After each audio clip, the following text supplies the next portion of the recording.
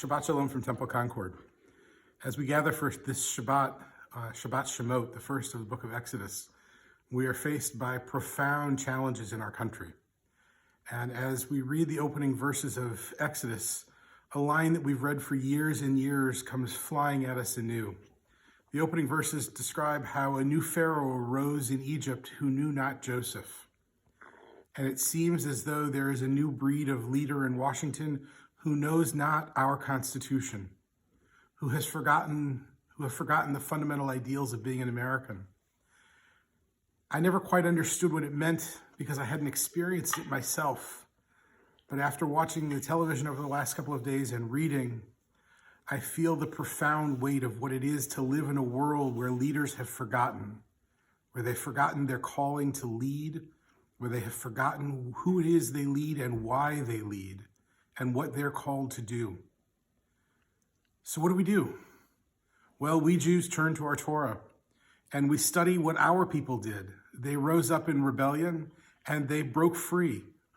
And that's our call too, to not let those who have forgotten their way continue to lead us, but rather to break free of their transgressions, to break free of their sedition, to break free of their acts of wanton disregard for our country and our history and our ideals and our institutions, and instead to pursue that freedom, to pursue the promised land that has been America and will continue to be America, just as our ancestors left Egypt to pursue the promised land. So while we live through these challenging days and nights, keep hope.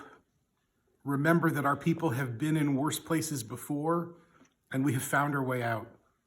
We American Jews will do the same. We will work through this challenge.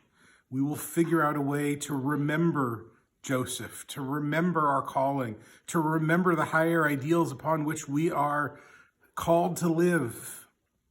And we will do it together, making sure that all of us are heard and cared for.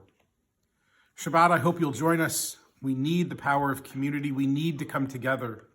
Services will be at 6 o'clock on Zoom, Saturday morning Torah study at 10, services at 11, Havdalah at 8. Please join us for one or more of those opportunities to come together and build community and to renew our promise to each other that together we will reach the promised land. In the coming week, there's a lot going on at the temple. Sunday morning, we have religious school back in session at 10 a.m. Sunday evening, our brotherhood is meeting at 7 o'clock with Jason Chandler, who's going to be talking about genetic testing and genetic issues. Monday evening, our scholar series continues with Nessa Rappaport, who's a wonderful novelist and has a new novel called Evening out. So I hope you'll have a chance to look at that beforehand and to join us Monday night. Tuesday, our Talmud class at 12:30. Wednesday, the Adult B'nai Mitzvah class at noon. There are many more opportunities coming up. We are beginning the next book in our anti-racism book group.